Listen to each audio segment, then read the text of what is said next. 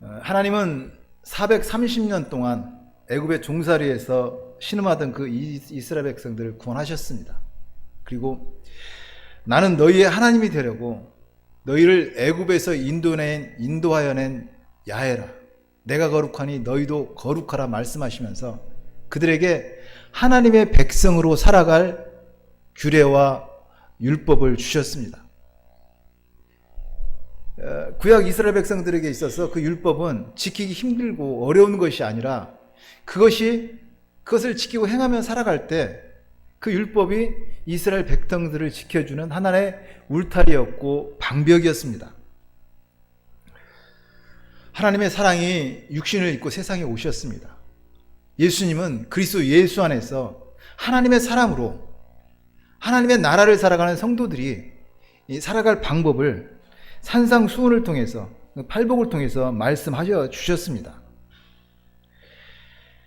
하나님께서 독생자 예수 그리스도를 십자가에 죽기까지 우리에게 주시고자 했던 그 하나님의 나라, 하나님의 사랑, 은혜, 축복, 그것을 예수님께서는 산상수훈을 통해서 말씀하시고 팔복으로 선포하셨습니다. 팔복은 결코 세상에 살아가면서 어떻게 하면 복을 받을 수 있는가 하는 그런 복받는 8가지 방법이 아닙니다. 그냥 저와 여러분이 팔복입니다. 팔복은 그리스도 예수 안에서 믿음으로 말미암아 하나님의 나라를 살아가는 성도의 정체성입니다. 오늘 팔복 7번째 복입니다.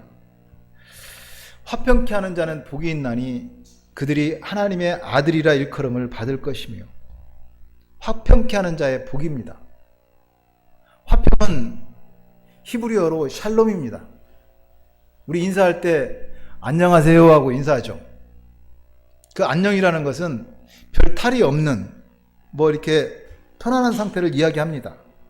그러니까 잘 지내십니까? 별일 없으시죠? 또 더 나아가서 그렇게 바란다는 그런 의미로 안녕하세요라고 인사합니다. 그 화평, 히브리인들은 그래서 샬롬하고 인사합니다. 샬롬, 화평, 또 평화라는 뜻입니다. 이스라엘 역사를 보면은 그 수천 년 동안 많은 침략과 고난을 당했던 것을 우리가 알 수 있습니다. 이집트에서 430년 동안 그 종살이를 했죠.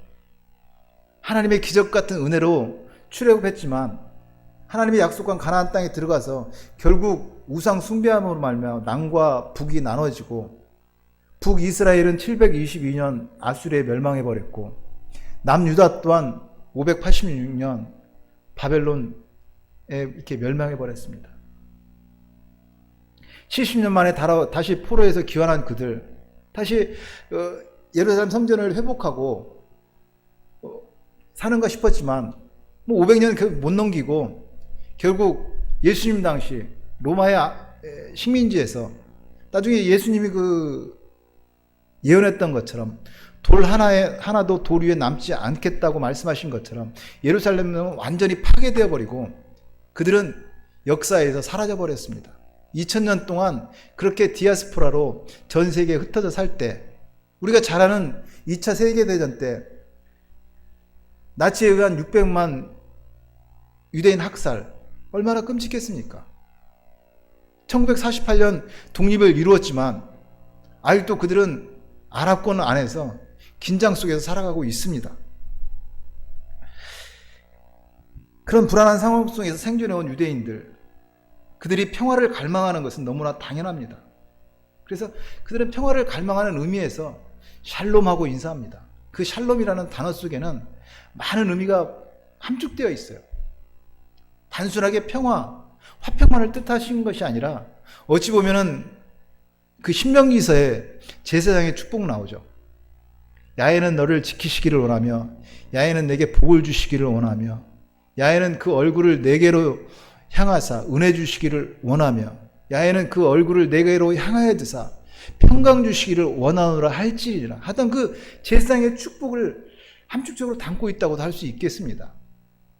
그것이 샬롬입니다. 그래서 샬롬은 우리가 바라는 가장 평화롭고 행복한 상태를 가리킨다고 할 수 있습니다. 이 평화, 샬롬, 이것이 헬라어로는 에이레네입니다. 왜냐하면 신약 성경은 거의 다가 헬라어로 기록되어 있습니다.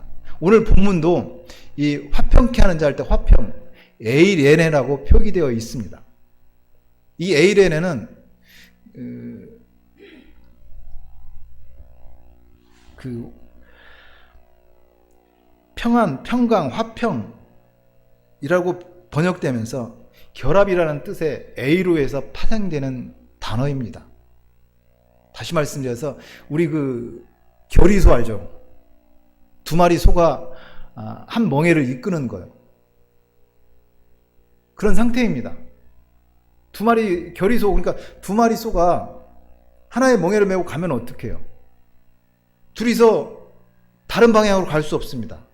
한 방향을 보고 같이 가야 됩니다. 보조를 맞춰서, 발 맞춰서 이렇게 가야 돼요. 그리고 또 특이한 사실은 어미하고 새끼소가 결의소를 하는 경우가 있는데, 그럴 때는 어미소만 끌지 결의소는 옆에서 그냥 따라가는 것입니다. 다시 말씀드려서 이 에이레네는 성도의 모형을 얘기하고 있습니다. 하나님과 함께하는 성도의 모형, 그것이 참 화평이고 에이레네라고 할 수가 있습니다. 예수 그리스도께서 육신의 몸으로 세상에 오셔서 십자가에 죽으신 것, 예수님이 세상에 오신 것은 그렇게 우리를 하나님과 화평케 하려 오셨습니다. 에베소서 2장 13절 이하입니다. 이제는 전에 멀리 있던 너희가 그리스도 예수 안에서 그리스도의 피로 가까워졌느니라. 그는 우리의 화평이신지라. 둘로 하나를 만드서 원수된 것, 곧 중간에 막힌 담을 자기 육체로 하시고 법조문으로 된 계명의 율법을 폐하셨으니 이는 이 둘로 자기 안에서 한 세 사람을 지어 화평하게 하시고 그의 십자가의 피로 화평을 이루사 만물 곧 땅에 있는 것들이나 하늘의 것들이 그로 말미암아 자기와 화목하게 되기를 기뻐하심이라. 예수님께서 십자가에 죽으심으로 우리는 하나님과 화평을 이루었습니다. 우리는 예수 그리스도 안에서 하나님과의 그 불화를 청산하고 예수로 옷 입고 하나님과 화평한 사람들입니다. 하나님과의 불화를 청산하고 화목하기 위해서 우리가 지불한 것은 없습니다. 우리는 다만 주님이 이루어 놓은 그 화목을 믿음으로 받아 누리기만 하면 됩니다. 독생자 예수 그리스도를 믿는 것, 하나님과의 화평을 이루는 길입니다. 우리는 아무 자격, 조건, 공로 없습니다. 예수 그리스도께서 우리를 위해서 이루어 놓으신 그 십자가의 희생을 우리를 위해서 치러 주셨습니다. 이제 하나님께서 예수 믿는 우리를 죄를 용서하시고 의롭다고 인정해 주셨습니다. 예수님은 그래서 화평케 하는 사람이 복이 있다고 말씀하십니다. 예수님이 말씀하신 화평, 하나님과의 화평을 말씀하고 있습니다. 하나님과의 화평이 이루어진 상태에서 자연히 사람과의 화평도 이루어집니다. 하나님의 형상대로 지음받은 인간은 하나님이 아니고는 참 평안을 누릴 수 없습니다. 우리가 살아가면서도 많이 그런 걸 느끼잖아요. 우리에게 다가오는 여러 가지 문제들, 시험들, 예수 믿는 우리들에게도 그런 여러 가지 상황들이 전개됩니다. 근데 가만히 한번 생각해 보세요. 그 모든 문제들, 시험들, 고난들 따지고 보면은 내 안에 하나님이 없다는 것이 문제입니다. 문제는 다른 것이 문제가 아니잖아요. 그래서 에레미야 선지자는 그렇게 얘기합니다. 내 백성이 두 가지 악을 행하였나니 그들이 곧 생수의 근원들은 나를 버린 것과 스스로 웅덩이를 판 것인데 그것은 물을 가두지 못할 터진 웅덩이라고 탄식하고 있습니다. 맞습니다. 우리가 하나님을 무시하고 아무리 세상에서 화평을 누리고 평안을 찾는다고 할지라도 진정한 화평은 없습니다. 그렇잖아요. 세상 사람들은 평화를 위해서 전쟁을 합니다. 미국은 평화를 위해서 그 테러리스트들하고 전쟁을 합니다. 테러 분자들은 자기들의 평화를 위해서 또 전쟁을 합니다. 유엔도 전쟁을 합니다. 세계 평화를 위해서 전쟁을 합니다. 공산주의도 자본주의도 사람이 만드는 어떤 제도나 철학이나 사상도 진정한 평화를 이룰 수 없습니다. 왜냐하면 하나님과 참 평화를 이루지 못하고 진정한 평화를 이룰 수 없기 때문입니다. 재미있는 우화가 있습니다. 산속에 우물이 하나 있었어요. 우물이 하나 있었는데 거기에 물고기 2마리가 살았습니다. 근데 물고기 2마리가 살면서 단 둘이 있으면서 사이좋게 평화롭게 화평하게 지내면 얼마나 좋아요. 근데 둘이는 서로 미워하는 사이였어요. 결국은 하루날 부딪히고 말았습니다. 둘이 피 터지게 싸우다가 결국 힘센 물고기가 힘없는 물고기를 물어서 죽게 만들었습니다. 살아남은 물고기는 쾌재를 불렀습니다. 이제 나 혼자니까 평화롭고 화평하게 참 행복하게 살 수 있겠다라고 생각했습니다. 근데 얼마 못 가서 그 죽은 물고기의 시체가 썩는 냄새가 진동을 했고 나중에 결국은 그 살아남은 물고기마저도 죽었다는 얘기입니다. 하나님의 사람, 하나님과 화평케 된 자들입니다. 그러므로 화평케 된 자들이라는 것은 예수 그리스도로 말미암아 하나님과 화평을 이루고 그 화평을 가지고 세상에서 하나님의 나라가 이루어지기를 소망하며 믿음으로 하나님의 나라를 살아가는 사람들입니다. 예수님은 세상에서 참 화평이 무엇인지를 비유로 말씀하셨습니다. 그것이 마태복음 10장 34절의 이하입니다. 내가 세상에 화평을 주러 온 줄로 생각하지 말라. 화평이 아니요 검을 주러 왔노라. 내가 온 것은 사람이 그 아버지와 딸이 어머니와 며느리가 시어머니와 불화하게 하려 함이니 사람의 원수가 자기 집안 식구니라.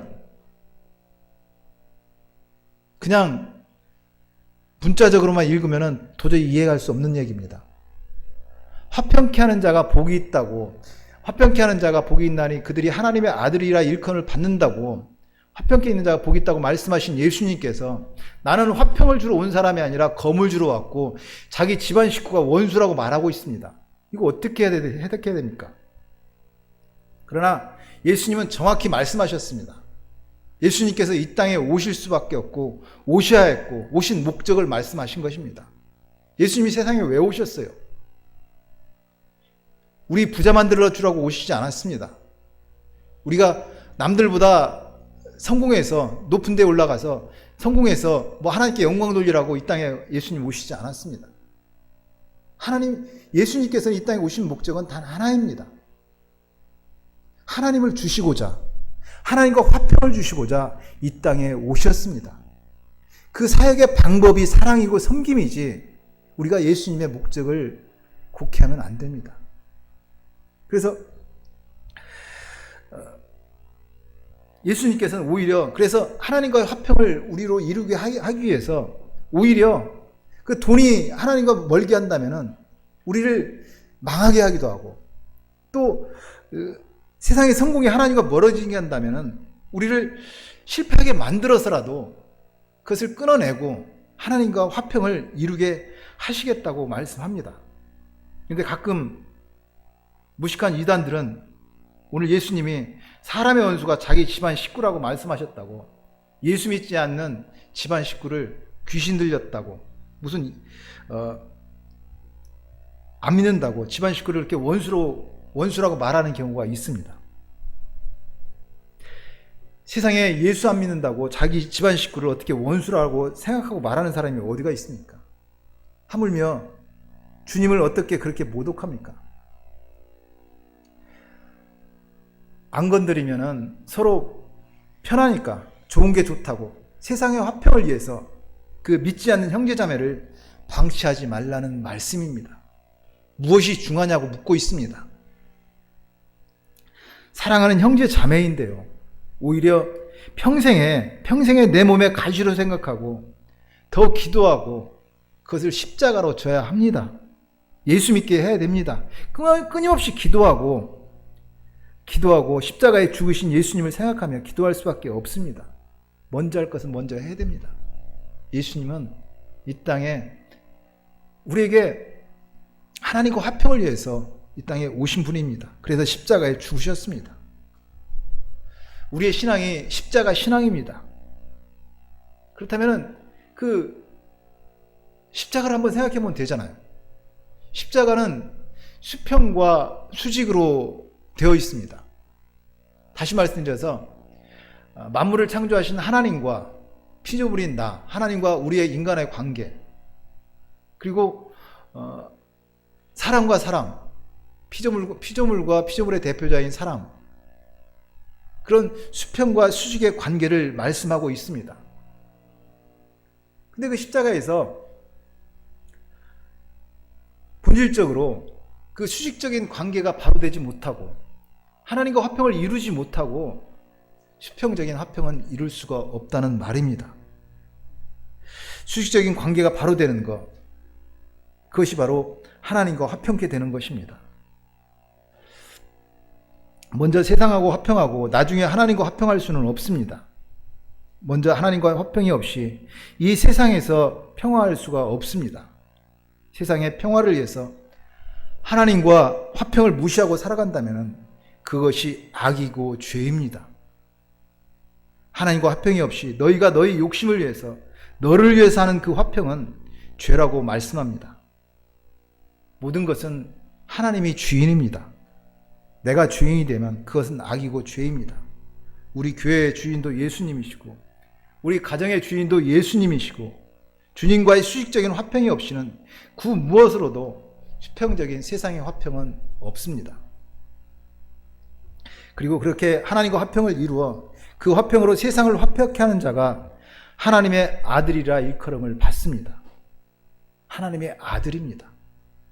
우리는 하나님의 형상대로 지음받은 하나님의 자녀입니다.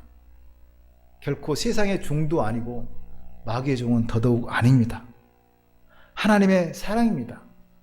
하나님이 자녀들입니다. 근데 우리 세상 살아가면서 마귀는 우리를 끊임없이 공격합니다. 어떻게 네가 감히 하나님의 아들이냐? 육신의 정욕, 안목의 정욕, 이생의 자랑으로 우리를 끊임없이 공격합니다. 그러나 우리는 이전 것은 지나갔으니 보라 새 것이 되었도다. 우리는 예수 그리스도 보혈로 씻김 받아서 예수 그리스도를 옷 입은 하나님의 꿈이고 하나님의 사랑입니다. 하나님의 사람, 세상에서 잘생기고 돈 많은 사람이 하나님의 사람이 아닙니다. 많이 배우고 똑똑하다고 하나님의 사람이 아닙니다. 하나님은 예수 그리스도로 말미암아 하나님과 화평케 된 사람들입니다.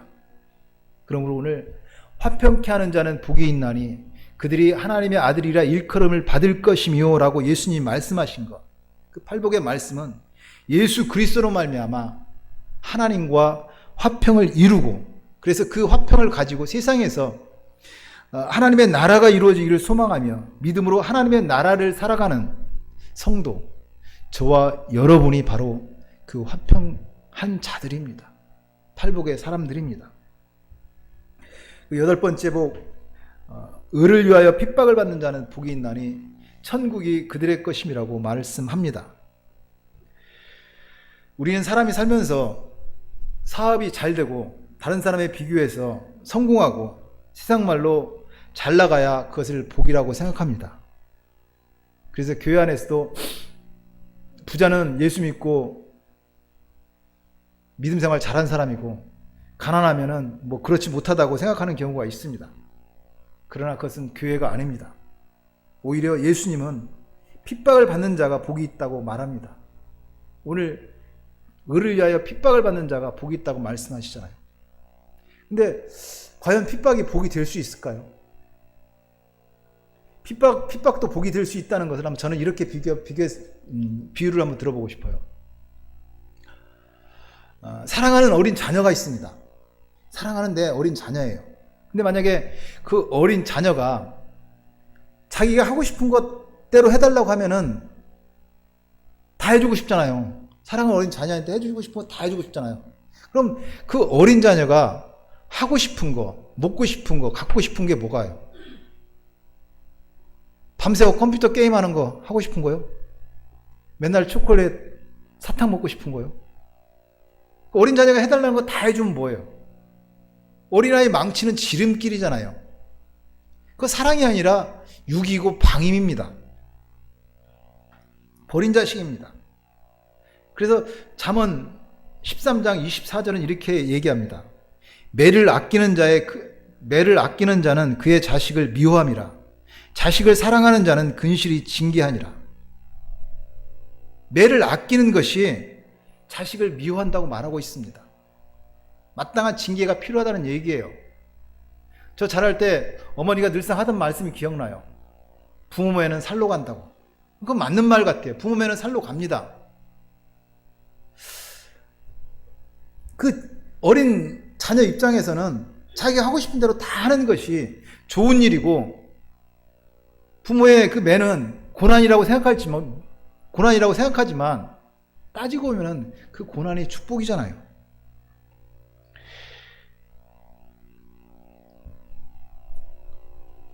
부모의 엄한 훈계와 징계가 자식 입장에서는 고난이라도 그 고난은 축복입니다. 마찬가지로 하나님도 인생에게 율법을 주셔서 우리에게 죄를 알게 하시고 인생의 여러 가지 문제와 시험을 통해서 우리를 연단하시고 하나님의 사람으로 만들어 가십니다. 우리가 알거니와 하나님을 사랑하는 자, 곧 그 뜻대로 부르심을 받은 자들에게는 모든 것이 합력하여 선을 이루느니라. 비록 오늘 내게 당하는 문제와 고난, 내가 다 이해할 수 없고 알 수 없지만 하나님의 사랑은 우리를 그것을 통해서 인도하고 계신다는 것입니다. 그래서 우리는 그 하나님을 알기에 믿음의 주 온전까지 주님을 바라보며 감사하고 찬양하며 살아갑니다. 우리가 사람이 살아가면서 당하는 여러 고난이 있는데 고난을 몇 가지로 나눠볼 수가 있습니다. 첫째는 자신이 잘못 저지른 결과로 말미암아 받는 고난입니다. 예를 들어서 도둑질하거나 사기치나 해서 감옥 가는 경우입니다. 당연히 그 맞게 형벌 받아야 되죠. 또 자신의 실수로 인해서 받는 고난이 또 있습니다.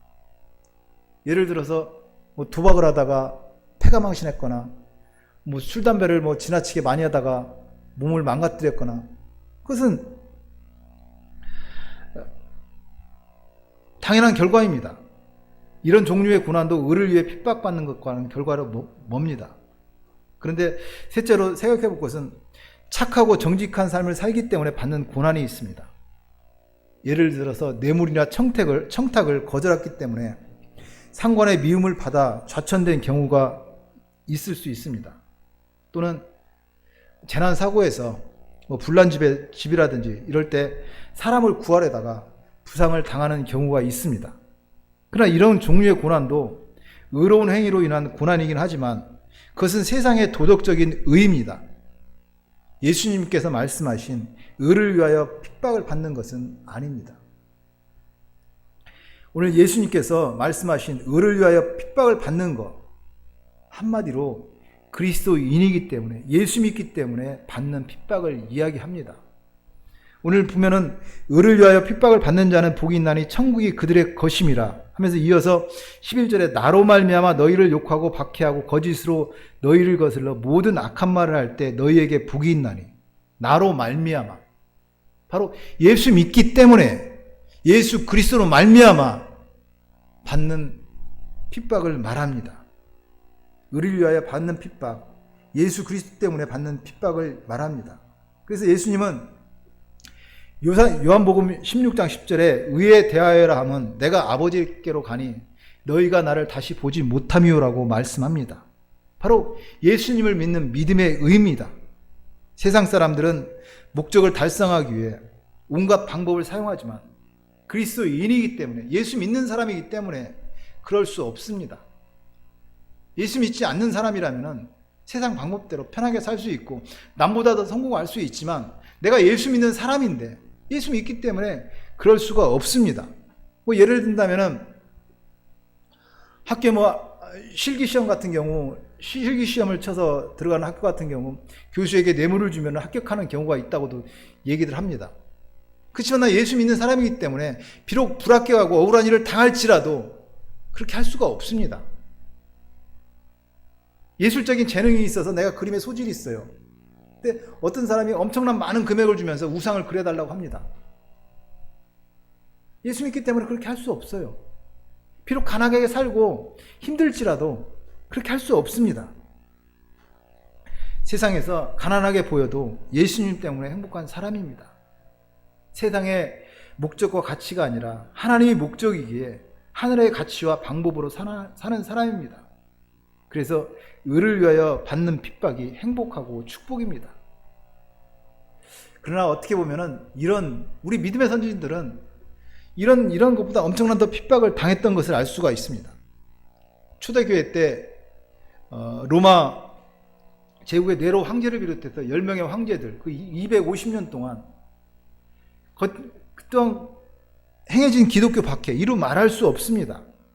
예수 믿는다는 이유로 원형 경기장에 세워놓고 굶주린 사자들을 풀어놓아 잡아먹게 하는가 하면 산채로 기둥에 묶어놓고 불태워 죽이기도 했습니다. 신앙 때문에 재산이 몰수당하고 사회적 신분을 박탈당하기도 했습니다. 오늘날도 아랍권이나 이슬람에서는 예수 믿는다는 이유로 공권력에 의해서 핍박을 받고 기독교 신앙 때문에 감옥에 갇히거나 순교를 당하는 일이 많습니다. 그러나 베드로전서 4장 12절은 이렇게 말씀합니다. 사랑하는 자들아 너희를 연단하려고 오는 불시험을 이상한 일 당하는 것 같이 이상히 여기지 말고 오히려 너희가 그리스도의 고난에 참여하는 것으로 즐거워하라. 이는 그의 영광을 나타내실 때 너희로 즐거워하고 기뻐하게 하려 함이라. 예수 믿기에 받는 고난, 하나님의 사람이라는 증거입니다. 내가 하나님의 아들이고 하나님 때문에 받는 고난이라면 나는 비록 약하여 할 수 없어도 전능하신 하나님이 함께 하십니다. 나 같은 죄인을 하나님이 들어서 사용하십니다. 그 은혜 앞에 감격할 수밖에 없고 감사할 수밖에 없습니다. 주님이 함께 한다면, 주님과 함께라면 핍박도 그래서 축복입니다. 의를 위하여 핍박을 받는 자니 복이 있나니 천국이 그들의 것이며. 그렇다면 여러분은 의를 위하여 핍박을 받을 준비가 되어 있습니까? 의를 위하여 핍박을 받을 준비가 되어 있습니까? 그 유명한 D.L. 뮤디가 어느 날 신문 기자에게 그런 질문을 받았습니다. 당신은 하느님을 위해 오늘이라도 순교할 각오가 되어 있습니까? 그때 무디가 그런 얘기를 했습니다. 아직 제게 주님이 그런 요구를 하시지 않았습니다. 그러나 나를 그렇게 쓰시겠다면 주님이 할 수 있는 힘과 용기를 주실 것입니다. 맞습니다. 정확한 이야기입니다. 나는 할 수 없지만 주님이 들어 사용하십니다. 오늘 힘들고 어려운 고난이라도 그것이 예수님을 믿기 때문에 신앙에서 오는 고난이라면 하나님이 함께하고 계십니다. 핍박은 축복입니다. 고난 뒤에 계시는 주님을 바라보고 기뻐하고 즐거워하십시오. 주님이 주신 은혜가 넘치기를 축복합니다. 그래서 오늘 한 가지 더 살펴보겠는데요. 의를 위하여 핍박을 받는 자는 복이 있나니 천국이 그들의 것임이라고 말하고 있습니다. 천국이 그들의 것. 여기서 그들의 것이라고 하는 거 헬라어로 st입니다. 영어로 is, 뭐뭐이다라는 얘기입니다. 다시 말해서 의를 위하여 핍박을 받는 자는 복이 있나니 천국의 그들의 것임이라. 천국의 그들의 것이라는 천국을 소유했다는 그 소유의 개념이 아니라 천국이다라는 얘기입니다. 그래서 NIV 성경에도 There is the kingdom of heaven, 즉 이걸 다시 번역한다면 의를 위하여 핍박을 받는 자는 복이 있나니 그들이 천국이다. 그들이 천국이다. 의를 위하여 핍박을 받는 자는 복이 있나니 그들이 천국이다라는 이야기입니다. 천국 자체라는 얘기입니다. 그 하나님이 독생자 예수를 십자가에 죽기까지 우리에게 주시고자 했던 그 하나님의 나라, 의를 위하여 핍박을 받는 자, 그 의를 위하여 핍박을 받는 자가 복이 있나니 그들이 천국이다라고 얘기하고 있습니다. 그 천국을 살아가십니까? 살아갑니다. 우리는 그리스도 예수 안에서. 더 길게 제가 다 설명할 수 없어서 성경 말씀 한 구절로 대신하고자 합니다. 기록된 바 하나님이 자기를 사랑하는 자들을 위하여 예비하신 모든 것은 눈으로 보지 못하고 귀로 듣지 못하고 사람이 마음으로 생각하지 못하였다는 것 같으니라. 하나님께서 우리를 그렇게 사랑으로 품고 계십니다. 저와 여러분은 혼자가 아닙니다. 언제나 어디서고 주님이 함께 하십니다. 성도의 삶, 그리스도 예수 안에서 하나님의 나라입니다. 너희가 바로 천국이라고 말하고 있습니다. 성도의 삶은 그리스도 예수 안에서, 그래서 팔복입니다. 말씀을 정리하고자 합니다. 그동안 4주간 팔복을 가지고 2개씩 이렇게 해서 같이 은혜를 나누었습니다. 결코 팔복은 이 세상에서 복을 받기 위한 그 방법이 아닙니다. 저와 여러분, 우리 성도의 삶이 팔복입니다. 저와 여러분이 팔복 자체입니다. 우리 팔복을 가지고 은혜 나누었는데 팔복을 한번 처음부터 같이 암송해봐요. 처음에 뭐였죠? 심령이 가난한 자는 복이 있나니 천국이 그들의 것이며 애통하는 자는 복이 있나니 그들이 위로를 받을 것이며 온유한 자는 복이 있나니 그들이 땅을 기업으로 받을 것이며 의에 줄이고 목마른 자는 복이 있나니 그들이 배부를 것이며 긍휼히 여기는 자는 복이 있나니 그들이 긍휼히 여김을 받을 것이며 마음이 청결하는 자는 복이 있나니 그들이 하나님을 볼 것이며 화평케 하는 자는 복이 있나니 그들이 하나님의 아들이라 일컬음을 받을 것이며 의를 위하여 핍박을 받는 자는 복이 있나니 천국이 그들의 것임이라. 그들이 천국이라. 처음 복이 뭐였어요?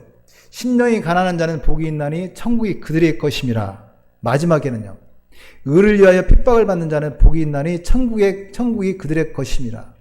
다시 말해서 그들이 천국이다. 천국으로 시작해서 천국으로 끝납니다.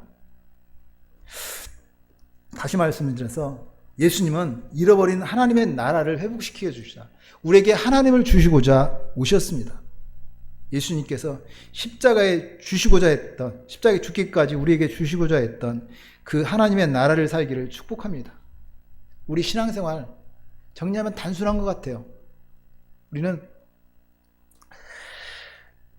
예수 잘 믿고 주님과 동행하며 그리스도 예수 안에서 믿음으로 하나님의 나라를 살아갑니다. 오늘 이 시간 우리는 그 믿음으로 그리스도 예수 안에서 하나님의 나라를 사는 사람입니다. 그리고 그날이 오면 주님 부르시면은 실제적으로 임한 하나님의 나라인 그 천국에 예수님 손잡고 가는 것입니다. 우리가 우리의 정체성을, 우리가 팔복이 우리의 정체성이라고 그것을 깨달아 알아서 하나님의 사랑, 은혜 마음껏 누리며 팔복의 사람으로 살아가는 우리 순복음 꿈꾸는 교회 모든 하나님의 권속도 다 되시기를 축복합니다. 말씀 마치고 잠시 우리 기도하는 시간 갖도록 하겠습니다. 주님 성호 3번 부르고 기도합니다. 주여, 주여, 주여.